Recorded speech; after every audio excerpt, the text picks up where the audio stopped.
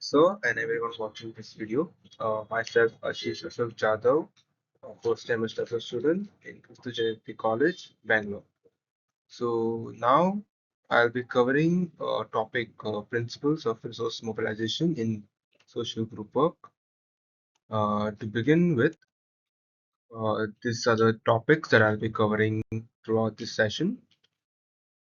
The first part is being introduction. Now, when we say group work, it's a part of social work, right? So, what is social work? Social work is a profession that makes an individual help the society or people of the society function fruitfully within the society by using various methods to achieve the objectives of having people live in dignity and all those social values we have. Now, resource mobilization is one of the key factor or a part of this helping process. Now, one can say how. Uh, simply, simple answer. For every objective to be fulfilled, one needs to have some resources to fulfill a need. And once the need is fulfilled, the end is achieved. Now, what is involved in this resource mobilization? As I said, resource mobilization means helping client with needed resources. Now, this includes housing, finances, furniture, financial support, and healthcare. So, all these things are just some of the major part. There are more to that. So, moving forward, there is definition of resource mobilization. So as I just said, the process of securing new and additional resources for an organization as well as maximizing the effective use of existing resources. So in simple words, one needs to mobilize or acquire resources from various means, be it internal or external, and use it effectively to achieve the goals. Now, this resource mobilization has three concepts that one has to look after. First one being the organizational management and development. Second, communicating and prospecting. And lastly, relationship building. Now, if you go to see, if one needs to have one who wishes to have done resource mobilization effectively has to cover or implement these three concepts. Organization management, one needs to know how to organize his, or manage the organization and the group whatsoever. Second is communicating and prospecting.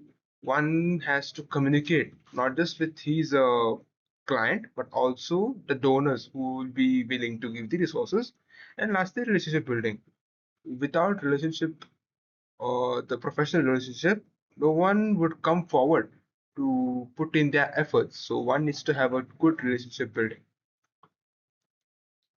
So there's a main topic, principles of resource mobilization. So the first one is resource mobilization should be based on a robust situational analysis.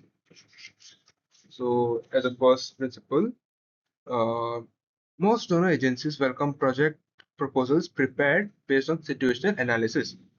Plans that are clearly focused on results by definition include an estimation of the scope and scale of the required response and of the resources needed to implement that response.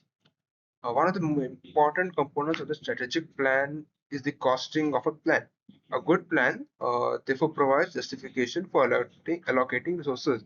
So, in simple words, one needs to have a proper analysis of how the resources or what is it, how much is needed, and how it's going to be used. The second one is resources needs to be should be prioritized. Now, one group or agency might have resource, well and good, but it's not going to be forever. It's going to deplete one day because it's been used. So one needs to use the existing resources properly and always prioritize looking for new resources, rather from the same donor or other donors. A third one is good relationships are the foundation of effective resource mobilization. As I said earlier, one without good networking or good relationship with people or contacts will never succeed in mobilizing resources because he simply doesn't know anyone, or rather, he has no connections to ask the resources from. So one needs to have a good relationship, be it with the government or sister agencies or both in the nation, beyond the nation, because resources can be from anywhere. One needs to know how to tap it. Now, fourth one, being maximizing use of resources. Now, as I mentioned earlier as well, resources are not infinite. They are limited because you're not getting it without any effort. Uh, it's limited. So one has to make a strategic plan of how the resources will be used in their maximum effective levels. Yes. The last one, being accountability, brings credibility to resource mobilization. So in this, the increased level of interaction with donors of different kinds shows that donors demand accountability. Increasing the mobilization of resources from them requires increased accountability culture among recipients of donor funds. Integrity of the agency and its functionaries are very important to attract the attention of donor agencies. This is all the more important when corporate bodies and philanthropists are searching for agencies having credibility. So the one who's going to acquire the resources has to be accountable and credible to move resources. So one simply has to have a good relationship and always be keen in informing the donors what they are doing and how they're doing. So yeah.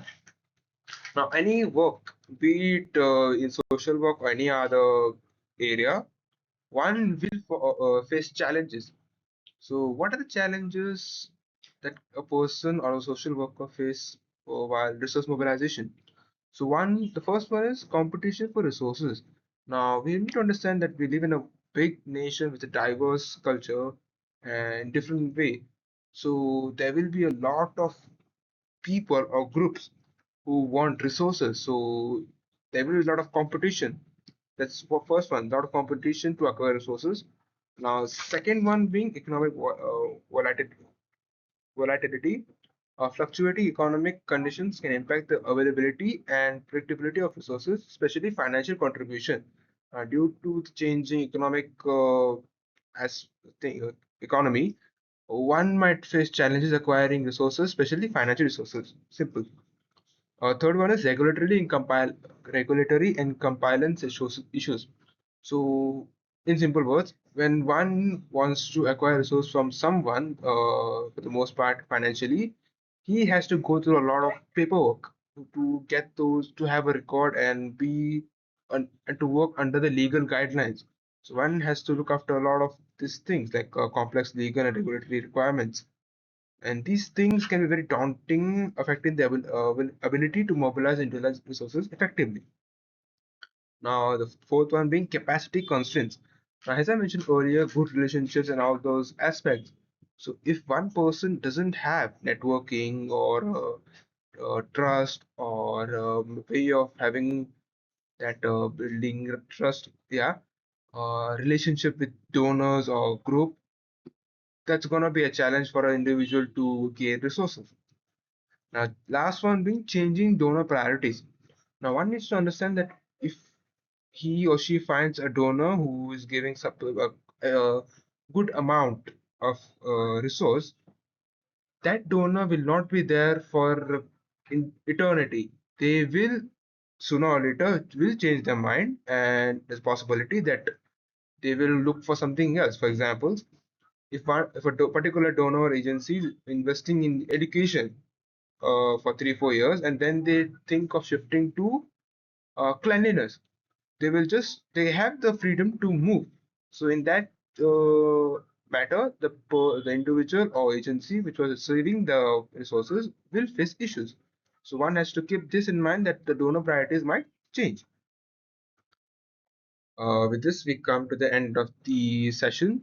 So, throughout the session, what did we learn? We learned that the social work is a profession wherein we help people to live in a better way, better way with dignity.